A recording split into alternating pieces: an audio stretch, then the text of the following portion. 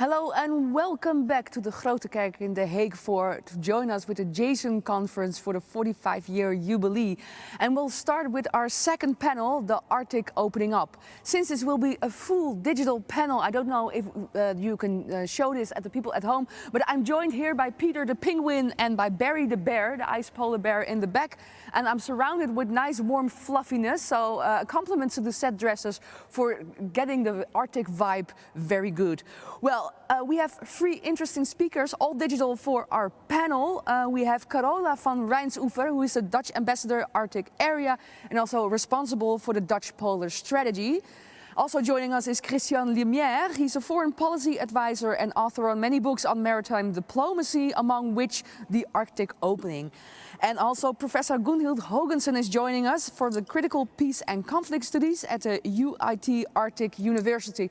So all of you, a very warm welcome to this all digital panel. We set this panel up as follows because since we have a very new polar strategy from the Netherlands, I would like to invite Carola to introduce and address the new Dutch policy approach towards the Arctic. So our two experts can grill and roast her and see whether it stands still strong after an hour. So please, Carola, please tell us more about the Dutch polar strategy. Thank you very much, Diewertje. And indeed, my name is Carola van Rijnsoever. I'm the Dutch Arctic ambassador. I've held this position since 2017 alongside the position as Director for Climate, Energy and other Earth-related issues at our Foreign Ministry in the Netherlands.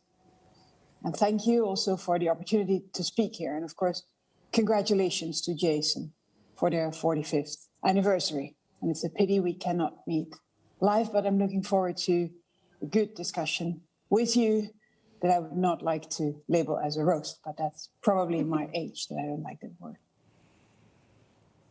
As the Netherlands, indeed, we have had a policy concerning the Arctic and Antarctica, by the way, for over 30 years now. And as Diewertje mentioned, we just published a new Netherlands polar strategy for the coming 5 years. It's called Prepared for Change. Now, why actually is there this long-standing involvement of the Netherlands with the Arctic and Antarctica? As you surely know, we are not an Arctic country. We're further away from the polar region than many other countries. But we do have a strong connection to the region. Our ties go back to the late 1500s, when Willem Barents started an expedition in search of the Northern Passage, a sea route to China. But apart from that, the development in the Arctic also have direct consequences for the today, such as sea level rise, more extreme weather conditions, changes in biodiversity, and shifting economic opportunities, all emanating from climate change, obviously. And that is why contributing to polar research and international cooperation in the region also are direct Dutch interests. In December last year, we published this new polar strategy, Prepared for Change, and it is a strategy for both polar regions, for historic reasons, but also to highlight the similar challenges in the two regions that come together in this one strategy. And we focus actually on three issues in this strategy: scientific research, understanding the Arctic, sustainability, maintaining a sustainable development there, and international cooperation. And even in this time of rapid change, these three cornerstones that we've had for many years remain relevant and essential for sustainable development of the Arctic region. But we meant in this time of change to need to add two cross-cutting issues to our strategy. And these are climate change and security. Security in all its forms: political, environmental, and economic. So today I want to focus on these two issues and on international cooperation, because I think those are most relevant to share with you here today. Climate change has only accelerated further in the past years. And to halt climate change, we do need the polar regions to be in good shape. They play an important role in regulating the global climate. The ice in the polar region serves as a kind of air conditioning system for the planet, and the loss of ice will impair the polar region's ability to perform their function. The cause for this ice loss lies for the biggest part outside the Arctic, obviously. The warming of the polar regions and its effect on worsening global climate change can only be stopped by ambitious implementation of the Paris Agreement on Climate worldwide. So we all have work to do to preserve the Arctic regions, to keep the ice there, and to make sure that this ice can play its role as the global air conditioning for the world, cooling the Earth. Now to Arctic security, that encompasses, as I said, political, military, economic, and ecological. These three different types of security interests cannot be seen in isolation from each other. Climate change is opening up the Arctic for economic activities, such as shipping, fishing, tourism, resource extraction, and port development, making it even more important for the region to be managed sustainably, and thus increasing its political relevance. These developments in the Arctic, they're all moving fast, and therefore it's important to monitor them closely. And as the Netherlands, we think the best way to do this is through international cooperation. A strong international legal order and active cooperation in relevant forums increase transparency. And this is the way to ensure that activities by all actors in the Arctic contribute to peaceful and sustainable development in everyone's interest. It is vital to continue and deepen cooperation between and with all relevant actors in the region. Sustainable, peaceful, and secure management of the region depends on close consultation. Stability based on cooperation and consultation also prevents developments in the Arctic from having a negative interest on the Netherlands' resource security in a broader sense. So we are committed to continued cooperation in mechanisms such as the Arctic Council or the UNCLOS, UN Conference on the Law of the Sea. We wish to keep the Arctic Council, where the 8 Arctic coastal states and observers work together, to maintain depoliticized. There is currently no specific military threat from the Arctic, so a prominent role for NATO is not obvious at this point, but it needs to consider a few issues, we think. As you all know, NATO is busy with a reflection process that will likely result in a new strategic concept. The NATO strategic concept will be a public document that gives direction to the alliance. It's a kind of manual or action plan that contains concrete steps that should lead to an active, efficient, and more effective alliance. The last strategic concept was written 10 years ago, and well, since then, the world has changed significantly. China wasn't mentioned in the previous concept. Russia's role was evaluated differently from the way we would do it today, I think, and cyber and hybrid threats were barely mentioned, and so on. And for example, coming to the High North, climate change has continued and makes it more relevant. The reflection report that was written by a group of external experts rightly mentioned some issues that NATO will have to face with relation to the High North. For example, how to ensure freedom of navigation and how to keep the High North a region of low tensions. There's a lot more I think I can say at this point, but I think, Deirdre, you wanted me to talk only for a few minutes, so I'll stop here and I'm ready to ask your questions in the remainder of this period. Thanks a lot. Yeah, thank you so much, Carola, for presenting and laying out, I would say in broad lines, of course, the Dutch-Polish strategy. Of course, the viewers at home, I would like to draw your attention to the poll that has been set up in the coffee room. So please feel free to fill out the poll so we can use it actually as a starting point for debate later on. But first of all, I asked the other panelists also to take note of the Dutch-Polish strategy, which has also been published in English, by the way. So for our English viewer, you can find it in both Dutch and English on the website of the Foreign Affairs. I was wondering, Christian, since especially you wrote a book on the Arctic opening and especially the economic variables, the economic opportunities of new gateways to this part of the world. When you look at the fair share of economic opportunities that were also mentioned in the Dutch-Polish strategy, which we asked you to read, would you say this Dutch approach is realistic? Are there things that are being overlooked? Are we maybe overstating the importance hereof? Or is the international community as a whole more understating the importance of the economic opportunities? Yeah, I think it's an interesting question. The issue with the Arctic is that there's a gap between the expectation and the reality. So the climate change is affecting the Arctic quite significantly. There are now ice-free transits across the Northern Sea route that are allowing for greater traffic in the Arctic, but these numbers remain incredibly small. So even last year, which was almost perfect conditions for Arctic shipping, given that freight rates from Europe to China increased 400% on the normal routes.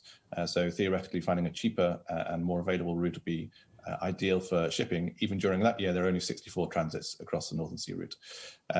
If you compare that to the Suez Canal, where there are 17,000 or 18,000 per year. So we're talking about extremely small numbers currently. Those numbers will grow, but it's a question of how quickly they grow. There are still a number of structural barriers to shipping in the Northern Sea route. It's still a very difficult area for shipping to transit, given the issue of floating ice, rapidly changing climate conditions, fog, difficult bathymetry that allows for drafts of only 8 or 9 meters in some straits in the Northern Sea route, and a variety of other factors as well. So I think there's been a lot of discussion about the possibilities and opportunities that exist in the Arctic, and they're certainly there. But in reality, we could be years, if not decades, away from having any kind of sustainable shipping route in the Arctic currently. The Northern Sea route, which is the most likely route for shipping to take, is still currently open for 4 months of the year. And if you're a shipping company that's based on just-in-time principles and is planning 6 or 7 months in advance, to be able to say to your clients, look, we don't know if we can take this route because there might be ice, there might be fog, there might be other conditions that mean the route's not open, it's a very challenging and difficult business proposition. So yes, I think the Arctic is changing, and that brings with it the opportunities that exist in both maritime shipping, but also resource extraction, fishing, oil and gas, and other forms of resource extraction. But equally, the change is quick in the climate, but very slow in commerce. So it's useful to create these strategies to have a plan of what one is looking to achieve in the Arctic in the longer term, but we are really looking at the longer term for much of this commercial change, at least. Well, thank you for this. And I was wondering, I see some similarities actually with the last panel, because also here in the Arctic, and also Carola mentioned it when talking about the Dutch polar strategy, she also mentioned, of course, the Chinese influence and the Chinese sphere of influence. Well, we noticed the same observation from our panel on Africa, where, of course, this is also a very prominent feature. However, if you look at it, Gunhild, in sense of how you deployed it to the Arctic, you almost say, well, hello, Cold War rhetoric, right? So how do we push this whole thing of the Arctic in a more comprehensive approach perspective? Well, I think, and it was very nice to hear that the Dutch strategy actually includes a relatively comprehensive approach to security. So many scholars who focus on Arctic security, including myself, have been looking at Arctic security in a much broader sense than a stereotypically military approach, where we look at it from a comprehensive security approach, including economic, environmental, human, political, legal, and to a certain degree military, even though the Arctic Council does not address military security.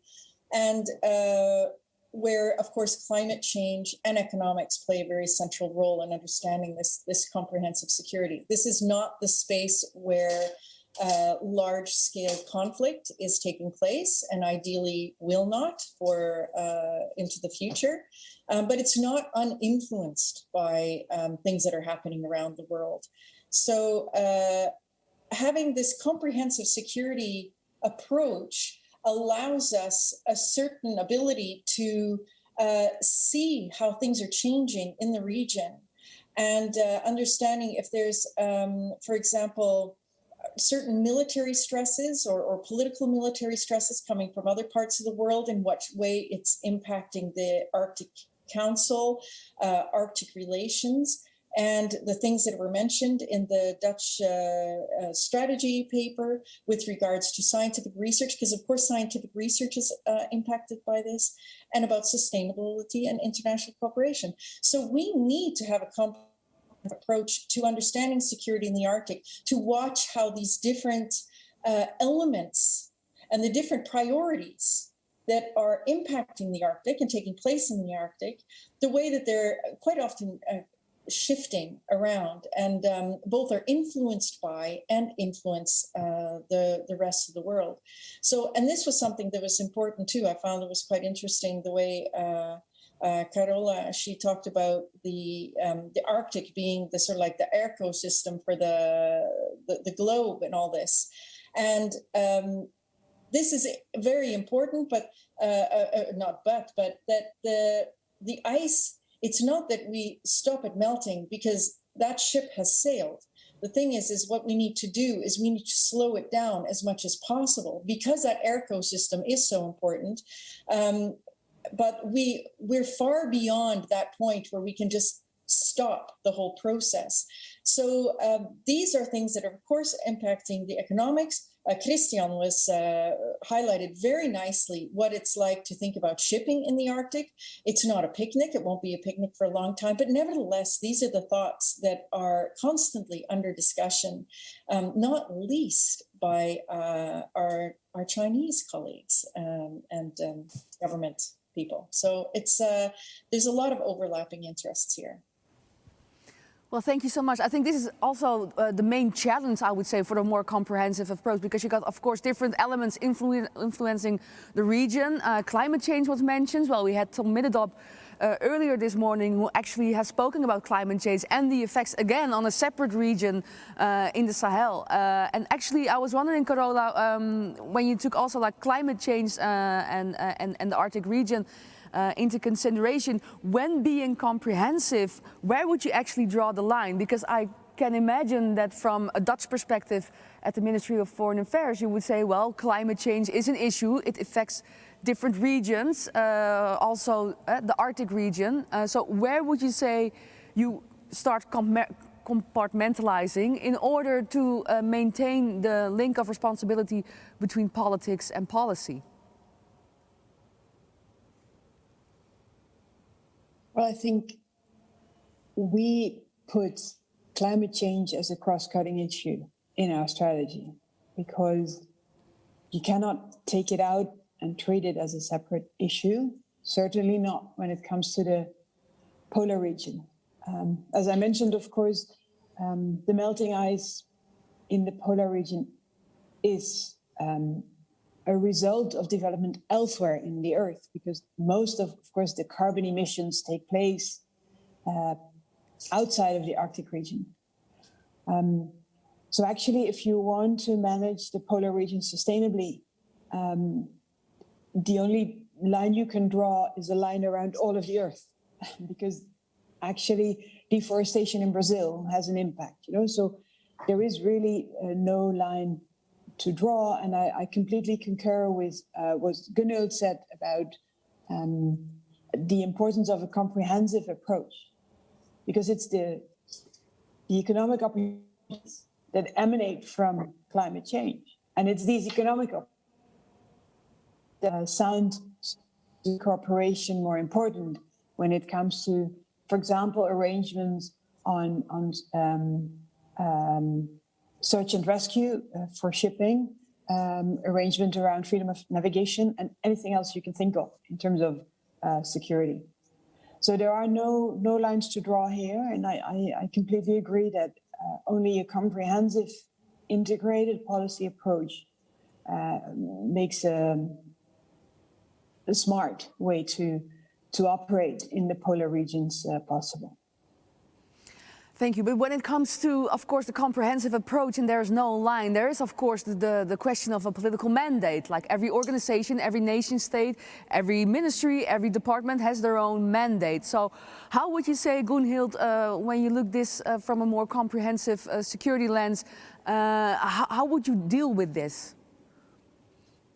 How do I deal with the mandates of different Arctic how would you deal with, of course, the friction, so to say, between a comprehensive approach where you say, okay, there are no lines, there are no borders in climate change. However, the way we structure our institutions and our political institutions, they are compartmentalized. So this is, of course, a continuous friction. So how would you say, from your perspective in IR, when it comes to the Arctic regions, how does this play out exactly? So where is this friction the highest?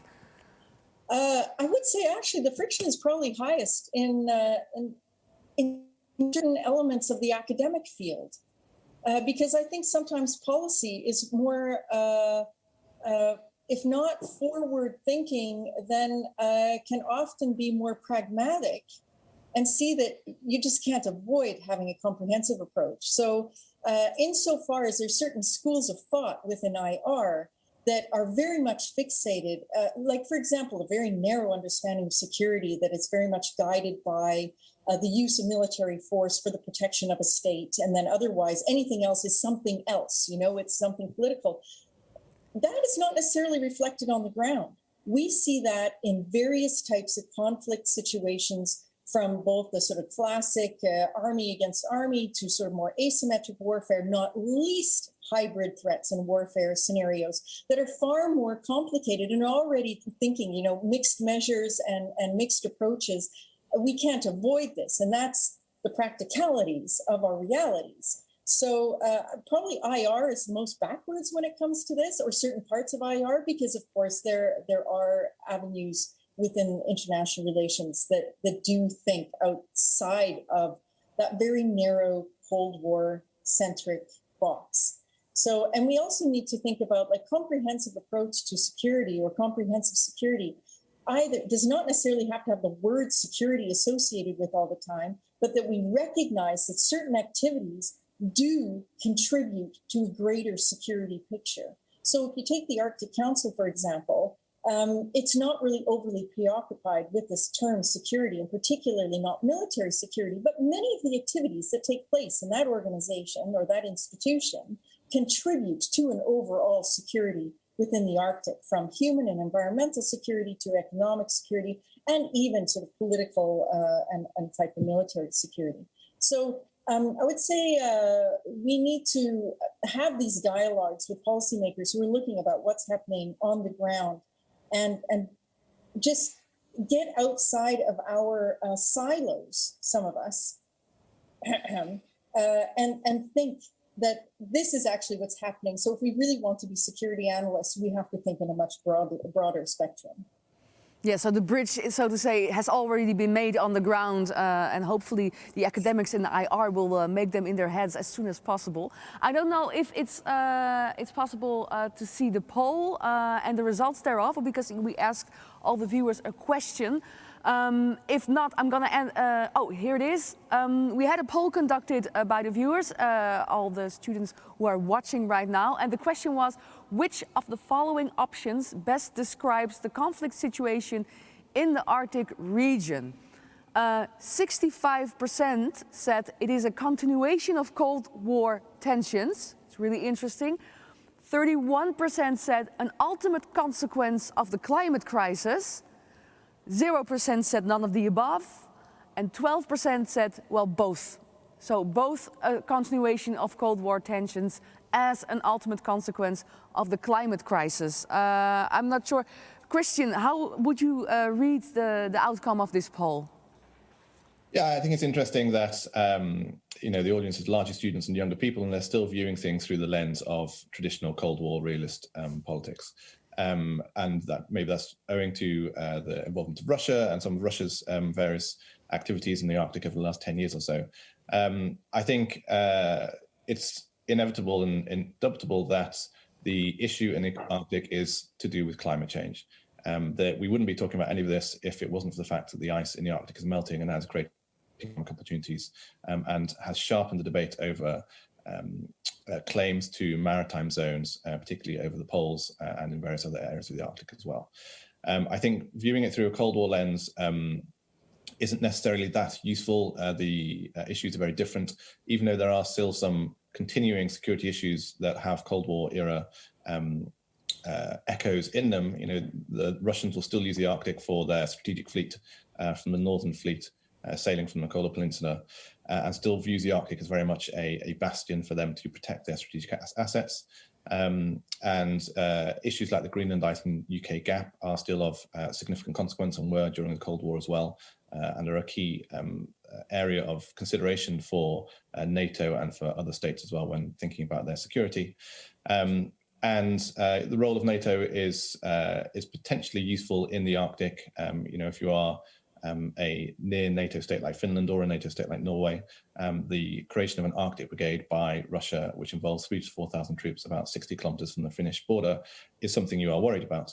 But nonetheless, as Gunhild and Carola have been suggesting, security in the Arctic isn't just about, or isn't even primarily about the issue of militaries and deploying troops and reacting to how your rivals and adversaries are deploying their troops, but in reality is a much more comprehensive issue around environment, around indigenous groups, around the interplay of the various different actors in the Arctic as well. So I think it's a very different situation to that in the Cold War, primarily because the climate has changed so significantly and so rapidly, and that's created an area of rapid change that could theoretically lead to instability, but in reality is leading to a variety of different actors trying to collaborate and cooperate to ensure a stable Arctic.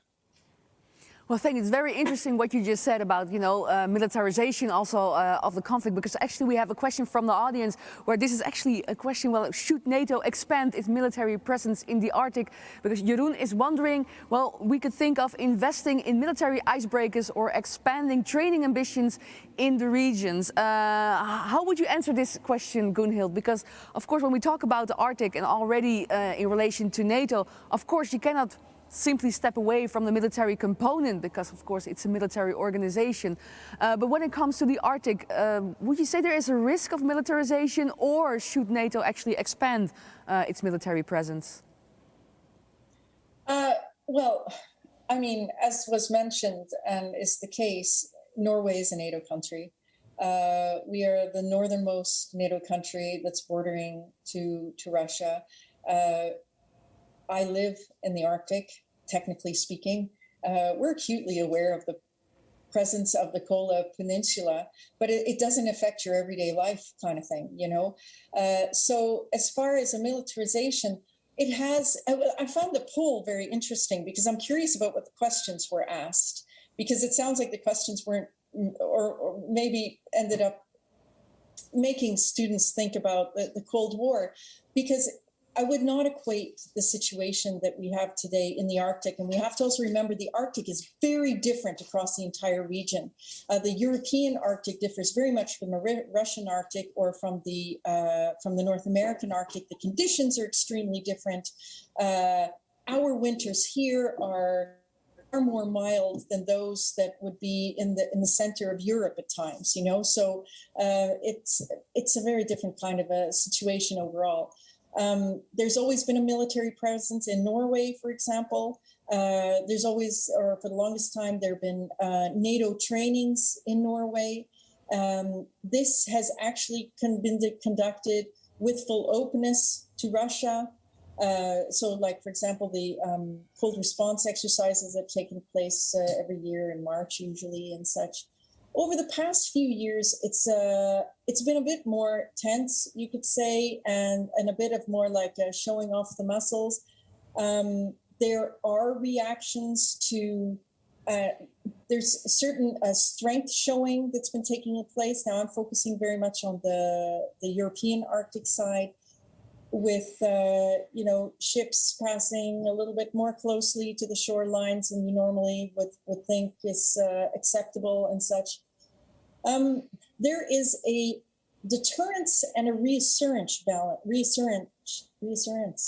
balance that needs to be taken here. That is not the only take a look at the military escalation, or only think about, we won't have any military escalation whatsoever, because of the fact that Russia has been moving troops northward, as Christian said, towards the Kola Peninsula to protect those interests that they have. And we are acting and reacting a little bit the same, but we're trying to look at it in a very balanced perspective. NATO is already here. So that question is almost a done deal. The question is, how much NATO do we want? The Netherlands is here. Your troops are training here as well. So trying to get used to the northern-like conditions, I guess. So there's no question about should NATO be here, should NATO not be here. It is here. The thing is how to balance this between deterrence and reassurance, and to ensure that we don't go necessarily overboard on either way, because both play a role in our relationships with each other. Thank you. We have another question from the audience from Ariana. I think it would be an interesting question for you, Carola. But if any one of you, Christian or Gunhild, also are triggered to respond, please let me know. Ariana was wondering, how do the efforts of the EU in order to pursue a more autonomous security strategy influence the role for NATO in the region? Yeah, thanks, Deirdre, and thanks, Ariana, for the question. First, back to the previous one on the Cold War. I would, together with Christian and Gunhild, I think, caution against viewing developments through a lens of the Cold War, because that's like viewing it through a lens of the past. Situations have changed. And climate change has made the area more accessible, and that has changed circumstances. And has, of course, also contributed to the Russian decision to upgrade the Northern Fleet to a 5th military district starting this year. The Arctic region is important to Russia. And this analysis is a result of climate change and accessibility. At the same time, cooperation is essential. Like, for example, for shipping, search and rescue, it's only through cooperation that you can deal with issues like those in a positive manner. And I think everyone there agrees to that. Then on the EU and its strategic autonomy, as the Netherlands, we think that there is a role to play in European security for both the European Union and NATO. And both can play different roles when it comes to also, for example, issues in other regions, be it in our southern or our southeastern neighborhood. And we've seen the EU being active over the past, let's say, 15 years or so, through different types of missions and operations. And it has been complementing NATO efforts in a very nice way, we feel. And that's what we should build on when we develop strategic autonomy for Europe, which is seen, of course, in many different ways. This ranges from vaccinations and digital manners to more hard security-related issues. So when, of course, we talk about the polar region, we are looking forward to the EU publishing a new document, probably towards the end of this year, to update its Arctic strategy. And we feel, and we think that's also the direction the EU is traveling in. This also needs to be a comprehensive document focusing on international cooperation, on scientific cooperation, on sustainability. And on that basis, defining a role for the EU when it comes to the Arctic region with a view to all developments there, and also with a view to the in the Arctic region. So the EU has a very wide role to play in all aspects of society, and an EU strategy should also address those different issues, we think.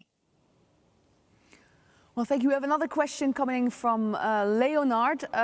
He was wondering, I think it's maybe a good question for you, Christian.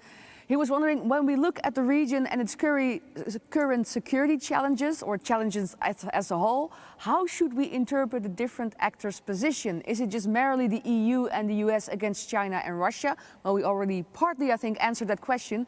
But he also wonders, does each player have its own economical or broader interests? Yeah, I mean, I think one of the interesting things about the Arctic is that there is a series of different actors and overlapping agents that have their own agenda and are engaging the Arctic in different ways. So China obviously has and sees great economic opportunity in the Arctic, particularly with the use of the Northern Sea Route, which would save about a third of the time traveling between Europe, probably its most significant market, and China. But at the same time, China is not an Arctic nation, and therefore it has very little say in how the Arctic is governed or the legal aspects of the Arctic as well. And this is one of the issues facing countries such as China, such as the UK, such as the Netherlands, which is that they are not Arctic nations. So while they may come up with these strategies and say, have very positive signals around comprehensive security and environmental protection and management, in reality, it is the Arctic Council and the Arctic 5 and the Arctic 8 that will be deciding on various issues around Arctic management and governance. The EU has a clear role in the Arctic. Or rather, the EU has a member state that is part of the Arctic 8, and therefore there is interest and roles for the EU to play. In reality, it's the Arctic Council that is engaging in most collaborative and governance-related issues in the Arctic. And positively, all of the Arctic states, even those that have significant maritime disagreements, are engaging with international legal instruments such as the UN to ensure that their maritime claims are, at the very least, legally supported. Canada, Russia have both filed claims with the UN Convention of the Law of the Sea over their claims over the Lomnos Ridge, as has Denmark through Greenland as well. So yes, I think that's a very long way of saying that, yes, each particular actor does have their own agenda. It's not necessarily just the West versus Russia and China in the Arctic. It is true that the US in particular, and the US military in particular, sees the Arctic as through its particular lens, which is an area of operations that is increasingly accessible. So the US Army just released a strategy this last month, which is called Regaining Arctic Dominance, which is not necessarily a helpful phrase or a useful way to think of the Arctic, to talk about things like control and dominance and phrase it in that particularly militaristic fashion. But beyond the military, other aspects of the US government see it in a different way. The Alaskans, for instance, don't necessarily see it through a purely military lens, but a much more economic lens. The Canadians certainly don't see it as a very purely military issue as well, even though there has been very conservative voices in Canada pushing for militarization of the North. So each particular actor does have their own agenda. They are working in their own interests.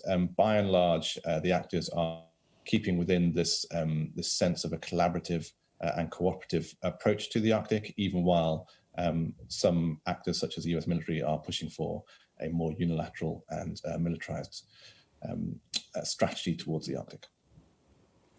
Thank you. Well, the questions keep pouring in, so I think this is a really good sign. We can actually, we made it and made this this panel interactive with the audience. So thank you to all the viewers for asking all these interesting questions.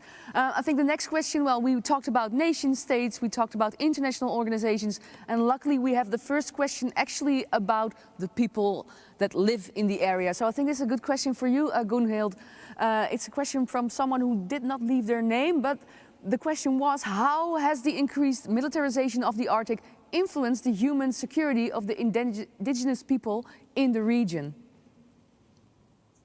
Thank you, Anonymous, for the question.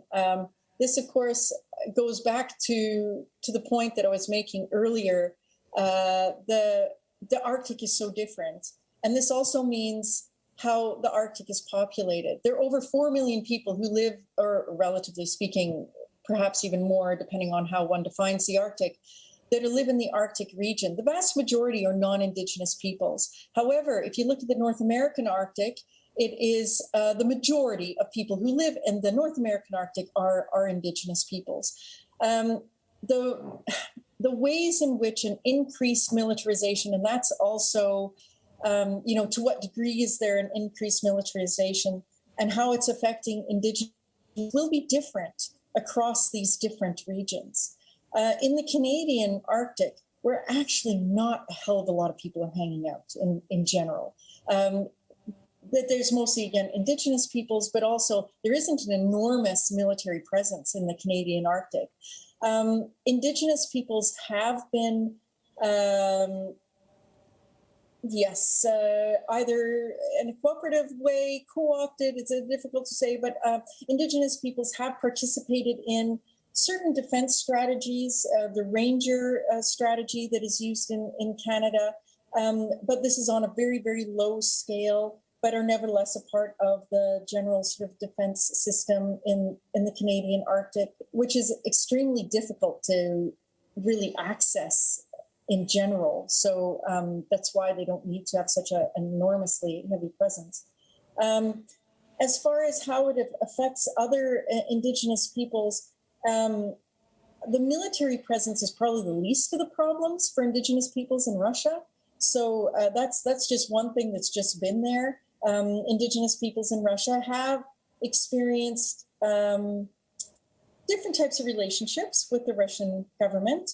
What's considered the representative organ in Russia, called Raipon, has undergone a particular shift in leadership, where the original or earlier leaders of this Indigenous representative group were actually removed from that group by the Russian government because they didn't really agree so well. So that has been a bit of an issue. So the amount of room to maneuver just politically for Indigenous groups in Russia, I think, is more of a pressing problem. As far as Indigenous groups in the European Arctic, their experiences are also quite different from, say, other Indigenous groups. So they're often a part of the dialogues also with other non-Indigenous populations that are living in the Arctic. What do we think about, for example, in the Norwegian context, the NATO presence, or more particularly the US presence in our Arctic, where we are, in my own city, we're building a new port for American submarines, nuclear-powered submarines, to come and park and load up. And I'm thinking about all this in Norwegian, unfortunately. In any case, we have the American Marines that are on our that are based. They're rotating deployations, but they are nevertheless based in Norway. So the population in general has thoughts about this. And so you have to think rather nuanced when you're thinking about, it's not just Indigenous peoples in the Arctic. Which Indigenous peoples, where are they located? Also the people who are living in Greenland then have a completely different kind of experience, closer to that of the North American experience. They're considered the North American Arctic.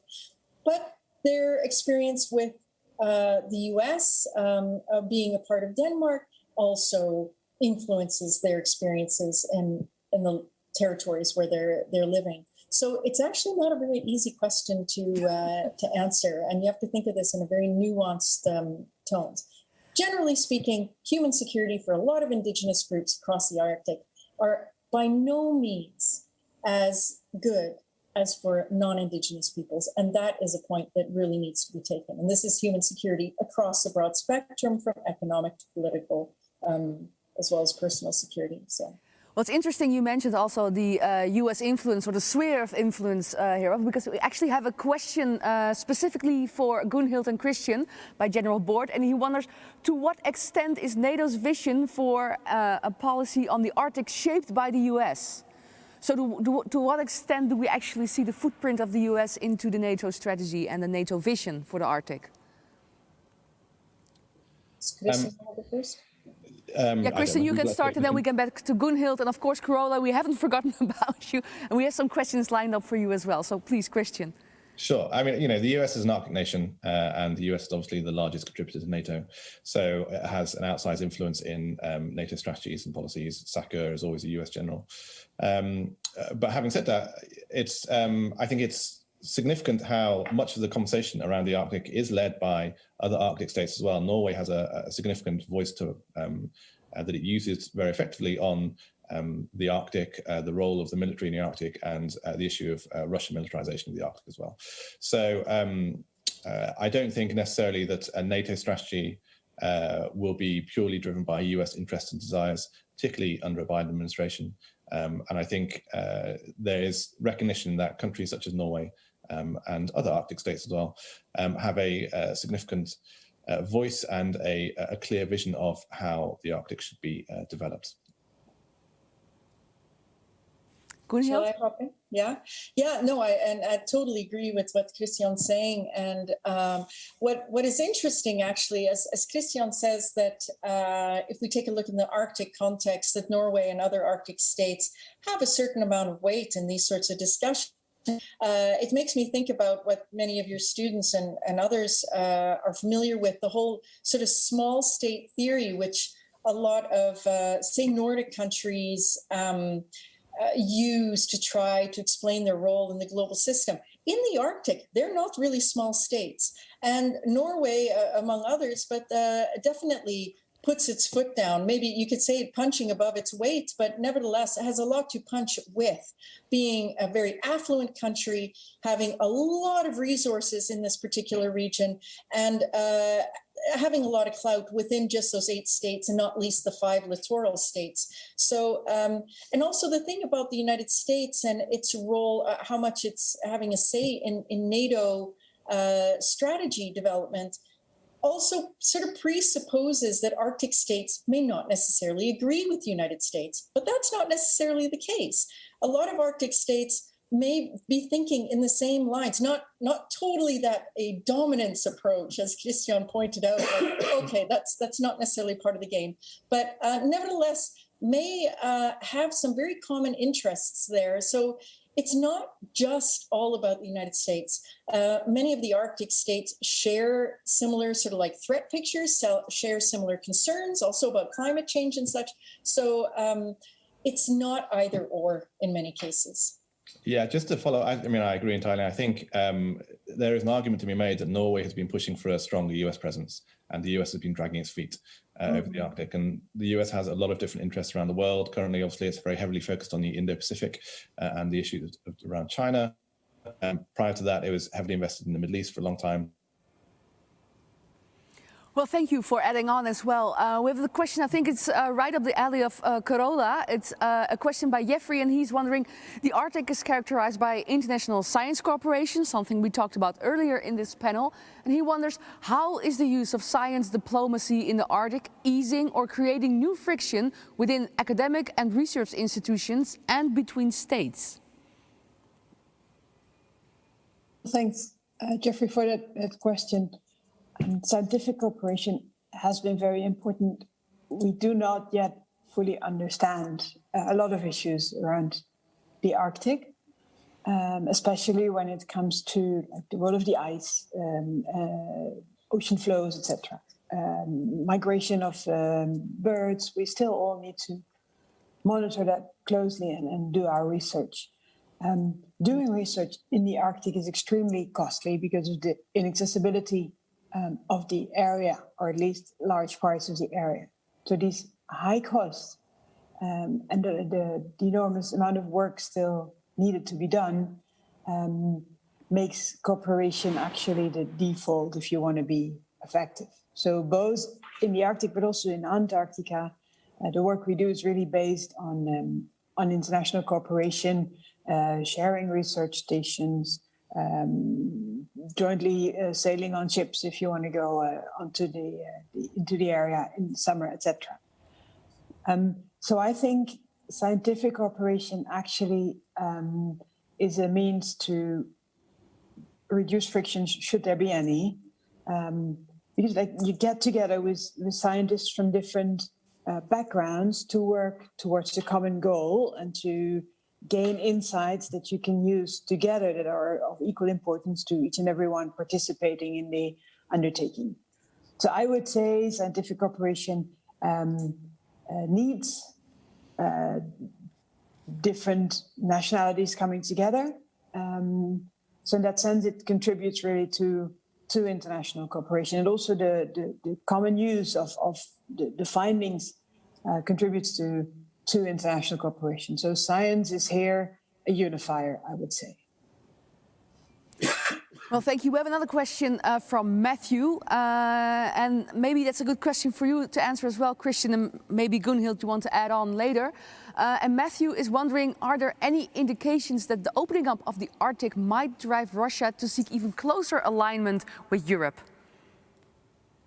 I think that's a good question. I personally don't necessarily see that as a strategic consequence. You know, Russia has been participating with the Arctic Council, has been engaging in relatively collaborative security mechanisms in the region as well. So, in the sense that Russia has to engage with European powers through the Arctic Council and through negotiations with Arctic and near-Arctic states. And in the sense that after the annexation of Crimea, the Arctic Council was actually one of the first forums in which Russia was directly engaging diplomatically with both European states and the US and Canada as well. There is a sense that the Arctic creates or engenders a more collaborative approach to security between Russia and European states. But equally, Russia's deployment of an Arctic brigade, Russia's investment in the Northern Fleet, and creation of a variety of different air defense and radar installations throughout East Arctic from the east to the west aren't necessarily seen in Europe as a particularly cooperative way in which to deal with Arctic issues. So yes, it creates a forum. It ensures there's a dialogue between some European states and Russia, and it does ensure that is through a relatively collaborative manner, but I don't think necessarily it's leading to a strategic shift in Moscow's thinking to align itself more closely with European states. And to add on this, because it sort of aligns with this question, Hugo is wondering, the opening of the Arctic can facilitate navigation to Russia. So how can this affect NATO's strategy? I think this is a good question that is in line with the previous one. So maybe you can quickly reflect on that. Yeah, I mean, obviously, one of Russia's primary goals and roles in the Arctic is to ensure shipping through the Northern Sea route. And to do that, it's going to have to ensure there is sufficient navigational aid, sufficient search and rescue, and effectively security across the entire Northern Sea route. And that will involve, to some extent, engaging in some forms of mechanisms with European states and perhaps even the US across the Bering Strait as well, to ensure that shipping is safe and secure throughout the Northern Sea route. So in that sense, Russia does have to engage with NATO to ensure that there is a stable shipping route. But as mentioned previously, the amount of shipping through, at least in terms of transitory traffic through the Northern Sea route, is extremely minimal at the moment. And until there is a significant growth in that traffic, then there's unlikely to be major dialogue or mechanisms between Russia and other states or supranational organizations like NATO to ensure security of their shipping. Gunhild, would you like to add on to that? I think Christian has actually answered the question quite well. I completely agree. So, very good. But we can go on to the next. Then we can go on to the next question, because they keep popping up my screen. So it's a very interactive panel so far. So I'm very happy that even though you're not physically present, we still have some engaging with the audience. The next question is by Dio Praning, and he's wondering, the Russian authorities have dumped enormous volumes of radioactive waste in the Arctic. The G7 years ago started to address this, but nothing happened thus far. With the melting of the ice, the nuclear threat of waste will explode. What is being considered by NATO and the Western nations to address this? So maybe Gunhild and later Carola can respond to this question. Actually, here's a question where I'm less well versed in, because I'm not entirely sure how NATO and the Western nations are directly responding to this at this point in time. So maybe Carola has more to say on the policy making on that. Yes, of course, yeah. Yes, we're definitely offering cooperation to, for example, Russia. This is in the Russian area, to support safe management of these assets. But of course, we are dependent here on the opportunities that we are offered by Russia. So we try to help wherever we can, but it's not always easy. And of course, the Arctic Council here is again the main forum for cooperation, because as some of you may know, the Arctic Council consists of the members are the 8 littoral states, plus permanent participants. These are the indigenous groups and a number of observers. And the Netherlands is one of the observing countries. Under the Arctic Council, there are 6 working groups, and they deal with different issues ranging from biodiversity to indigenous peoples, to shipping, to search and rescue, but also to environmental issues. And in the framework of this working group that discusses the environmental issues, these issues are also discussed. So there we discuss, like, okay, this is there, what can we do together to manage these assets safely? And there, of course, we're dependent on the willingness of the country concerned, Russia, to accept assistance and cooperation, but that's a good channel, an organized channel to offer this assistance. And also, it is highly depoliticized. It's a technical working group where like experts from around the world get together to discuss like, okay, what can we do to manage this well? So I think with the Arctic Council, that has proven since over 25 years to be a very effective body of international cooperation in a neutral manner, if you want to put it like that. The Arctic Council is really a key vehicle for working on issues like these. And then I'm very happy that the Netherlands is such an active observer in the Arctic Council, because that's the best way for us to manage issues like these. Well, thank you. Well, time is flying. We got 5 minutes left, so we have time for one last question from the audience. I think this is mainly up until Christian Zali, but of course, feel free if there's some time left to answer as well. And JP is wondering, when we talk about the Arctic opening up and the Chinese interest, you often hear that they're particularly interested in a new economic route. However, considering, for instance, the port of Rotterdam, it seems like this can be beneficial for the Netherlands and Europe more broadly as well. How are European economic interests in the region conflicting with the other goals, for instance, climate? Yeah, I mean, I think that's definitely true. There are significant benefits to be had, particularly for Northern European states. For Southern European states, Mediterranean ports, actually the time saving is not significant because they have to round the Northern European states and can go straight through the Suez. So a new shipping route along the north will be of great benefit, not just to China, but also to major ports in Europe as well. As mentioned previously, traffic is currently very minimal. One of the issues that shipping companies will face is that when they travel through the Suez and through the Indo-Pacific and the Mediterranean, there's a variety of different ports en route where they can stop off and take off more cargo, and large hinterlands of economic activity that allows them to make several stops along the way. That just doesn't exist on the Northern Sea route. There are no major markets in the Russian north that allows for ships to stop off and to accrue various different forms of revenue on the same route. So without that existing, the savings would have to be significant in terms of both time and costs to encourage and incentivize shipping companies to use the Northern Sea route. And that's true for both European states and Chinese state companies as well. It's probably it's no coincidence that the majority of cargo that has traveled across the Arctic in the last 2 to 3 years has been through Chinese companies, particularly COSCO. So the Chinese are investing in the opportunity far more than at the moment, but that's not to say there aren't benefits to be had for European states. I think, given the rapid change of ice in the Arctic, it is inevitable that there will be more shipping up there, and I think a key role for European states in particular is to try and exert as much pressure on the industry and on Russia in particular to ensure that shipping is sustainable and environmentally protective as far as possible. But ultimately, much of the governance will rest with Russia on the Northern Sea route. So it is much of it is down to Moscow rather than to European states. Carola, do you recognize this observation that economic interest in the region might conflict with other goals, for instance, from a Dutch perspective, when it comes to climate? Well, as Gunhild also pointed out, there is quite a number of inhabitants in the northern region, in the polar region, and we cannot deny them economic development, obviously. Nobody wants that. I think economic development and preserving our climate can go hand in hand if we focus on sustainable economic development. So it doesn't have to be in conflict with each other. Of course, if you go towards extracting oil and gas, then it becomes a different story. And then definitely there is harm being done to the environment and to the global climate. So it depends on the way you manage it. I think sustainable economic development is beneficial. We have one last question, I think, for Gunhild, or maybe you want to add on first, and then we see if we got time left.